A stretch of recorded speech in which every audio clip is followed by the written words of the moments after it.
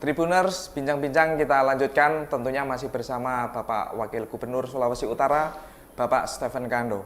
Pak Stephen, masyarakat Sulawesi Utara sangat tercengang.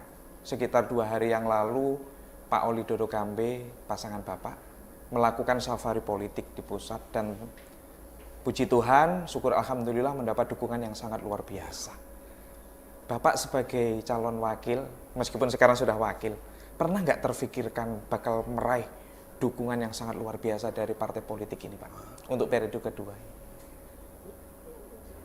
Dari pertama saya optimis bahwa akan banyak partai yang mendukung kita. Pertama karena apa?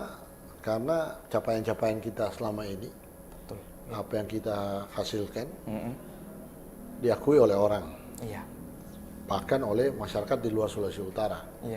Termasuk tentu saja pemimpin-pemimpin partai tersebut.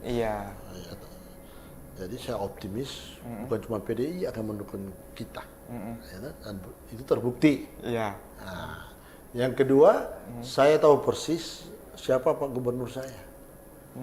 Pak Oli kan ini secara de facto sebenarnya tokoh nasional, bukan kelas Sulawesi Utara. Nah, Pak Gubernur kan bendahara umum partai besar. PDI Perjuangan. 3 periode lagi, Pak. 3 periode gubernur DPR RI. Pernah ketua anggaran, badan anggaran, ketua komisi 11. Betul. Jadi paling tidak akses Pak Oli ke pusat, tokoh-tokoh politik, pemimpin-pemimpin partai di Jakarta, di DPP itu sangat tinggi. Nah, sehingga hal minggu lalu 1 hari kita mendapatkan 3 dukungan itu buat saya pribadi tidak heran. Gitu ya. Bahkan menurut hemat saya minggu depan kalau Pak Gubernur ke Jakarta akan ada lagi. Ada lagi. Jadi bukan cuma final yang 4 itu. Bahkan tunggu saja. Minggu depan kalau Pak Gubernur ke Jakarta, malah tadinya saya minta ke Pak Gubernur, saya saran Pak Gubernur di sana aja. Selesaikan semua dukungannya. Nggak usah balik-balik ke sini lagi ya. Karena sudah 5 hari Pak Gubernur juga tidak mau lupa dengan kewajiban. Kewajibannya betul. Hanya mesti pulang dulu. Kalau Jebar sampai kemarin terus hari ini masih saya yakin sudah ada lagi tambah lagi dukungan. Terborong semua bisa-bisa. Terborong semua. Jadi saya tidak heran karena standpoint yang kita capai itu, jujur saya sampaikan, itu extraordinary. Sehingga pengakuan itu didapat tidak hanya masyarakat Sulawesi Utara, tidak hanya masyarakat Sulawesi, tapi bahkan seluruh Indonesia. Betul. Berarti kesuksesan ini menjadi modal utama dalam mendapatkan dukungan itu kira-kira? Oh, itu jelas, ya tak? Jadi ini bukan mesti bawa mahar, terus dapat itu tidak. Gitu. Orang seperti Haritanu sama bawa mahar. Orang seperti Pak Prabowo mau bawa mahar apa? Lebih banyak beliau kira-kira. Orang seperti Suharto Mono Arfa mau bawa mahar apa? Tapi itulah fakta yang mau tidak mau suka harus atau tidak suka harus kita semua akui bahwa lawan-lawan saingan-saingan kita akui kehebatannya Pak Oli. Dan tidak terbantahkan. Berarti memang ada ketulusan dari partai politik yang mendukung Bapak ini memang karena kinerja tadi. Oh iya betul, karena dilihat pernyataan-pernyataannya Pak Haritanu, dia lihat jelas sendiri, terukur. Gitu, teridentifikasi semua capaian-capaian Pak Oli. Begitu juga dengan Pak Ketua Gerindra, Pak Prabowo. Jauh-jauh hari sudah sampaikan. Kita bersama dengan Pak Oli, karena paling utama capaian-capaian beliau selama menjadi gubernur di Sulawesi Utara. Betul. Itu ternyata terbukti menjadi modal yang sangat luar biasa, Pak ya? Iya. Nah, itu satu advantage bagi Pak Gubernur dan saya untuk maju di periode kedua. Karena pengakuan itu tidak hanya dari sini tapi juga di luar. Betul sekali Pak. Nah, ini kan satu secara psikologis juga pasti mempengaruhi acceptance orang. Betul, iya Pak. Di samping itu, partai-partai ini kan punya struktur. Iya. Gitu. Loyalitas itu di beberapa surveyor saya lihat loyalitas Gerindra, pendukung-pendukung Gerindra, loyalitas Perindo, PSI, P3 kemarin sudah keluar, yang PKB ini lumayan tinggi. Lumayan tinggi, di atas 50%. Nah, iya. itu kan jadi tambah modal lagi. Iya. Karena de facto pendukung-pendukung one by one Betul. buat menambah dukungan Pak Oli dan saya. Iya, iya. Pak, di dalam falsafah politik Bapak sendiri khususnya, kira-kira seperti apa? Apakah orang yang terjun di dunia politik harus menjadi seorang penguasa atau seperti apa kira-kira? Yang pertama, politik itu amanah. Ya, politik itu bagi seorang yang Machiavellian untuk mendapatkan kekuasaan. Ya, tapi politik itu baik loh. Baik, iya. Ya, Kalau kata Pak Gubernur, memang amanat gitu. politik itu tujuannya kan untuk keteraturan. Iya. Itu bagaimana membagi format kekuasaan, bagaimana menciptakan akses ke pengambilan keputusan. Iya. Nah, itu politik. Nah, saya pribadi beranggapan bahwa kenapa mesti terjun politik selain politik itu baik. Kalau orang baik tidak mau berpolitik, orang jahat akan berpolitik. Akan berpolitik. Ini berbahaya. Betul. Iya. Jadi itu panggilan sebenarnya. Iya. Nurani Pak ya. Nurani. Itu betul-betul seorang politisi seperti kita harus memahami itu. Politik ini panggilan. Jangan berpikir untuk mendapatkan kekuasaan yang sehingga kita mendowngrade orang, memarginalkan kelompok-kelompok tertentu demi kekuasaan kita. Ini berbahaya. Sama juga dengan ideologi PDI Perjuangan di kita, bahwa kepala daerah menjadi kepala daerah bukan sekedar mendudukan seorang Oli Dondo Kambe dan Stephen Kando sebagai kepala daerah dan wakil kepala daerah, tapi yang terutama bagaimana kita dengan jabatan kita ini kita menjadi alat untuk menjaga NKRI, menjaga Pancasila, menjaga Bhinneka Tunggal Ika, menjaga Undang-Undang Dasar 1945. Iya.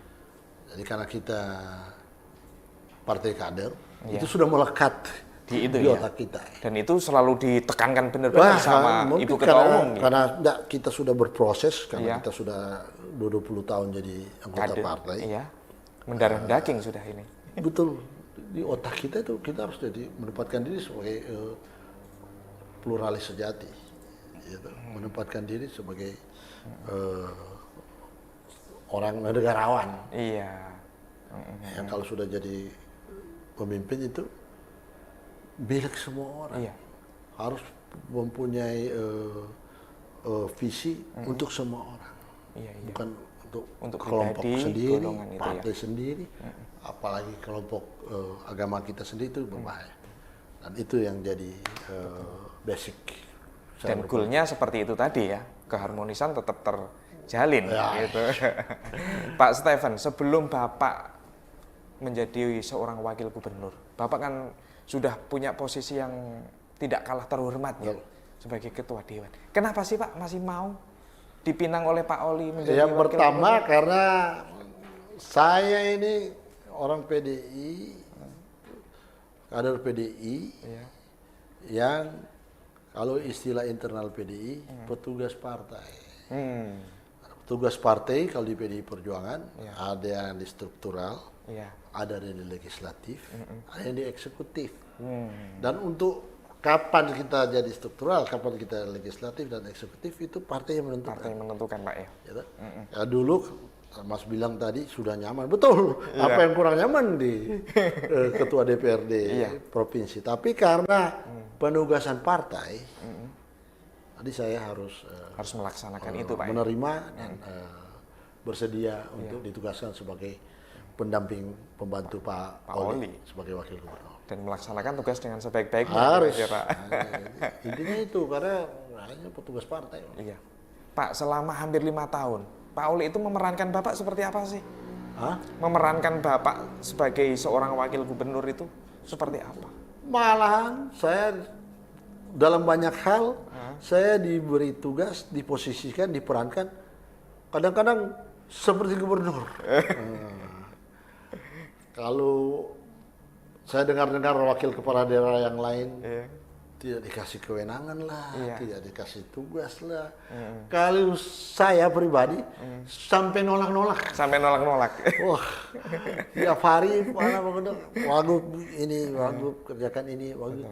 Ya, padahal secara undang-undang kan saya cuma fungsi pengawasan. Iya. Fungsi pengawasan kalau secara tupoksi real mengurus lingkungan hidup, mengurus peranan wanita. Ya, mengurus kemiskinan. Iya. Tapi de facto selama ini oleh Pak Oli saya diberi kewenangan lebih untuk dari itu macam-macam, melebihi batas secara undang-undang tupoksi wakil gubernur.